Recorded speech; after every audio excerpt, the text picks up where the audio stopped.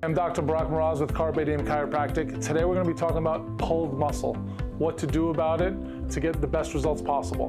What a pulled muscle is when the muscle fascia, it actually tears from overusing it. People who exercise every single day, people doing the same job every single day, using the same muscles, you might overwork the muscle and it might tear. A lot of times people feel a stabbing pain, but usually it's pain, swelling, tension, dull, throbbing type of sensations. But if you feel a stabbing pain right in the middle of the muscle, it's a pulled muscle. What do you want to do about it? R.I.C.E. Rest, ice, compress, elevate.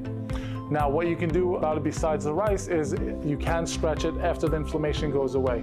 So whichever muscle it is, you want to stretch it for at least 15-20 seconds, at least 5 times, and then do that throughout the day as much as possible. The more you do on that day off of the injury, the faster the muscle is actually going to heal. So again, you want to rest, ice, compress, and elevate.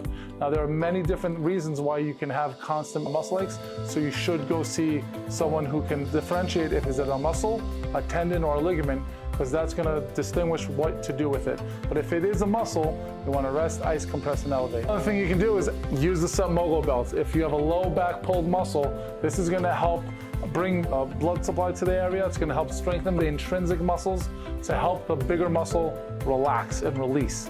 Really good tool. I hope this helps. I'm Dr. Barak with R.I.C.E Chiropractic, where we help you seize the day, not your back.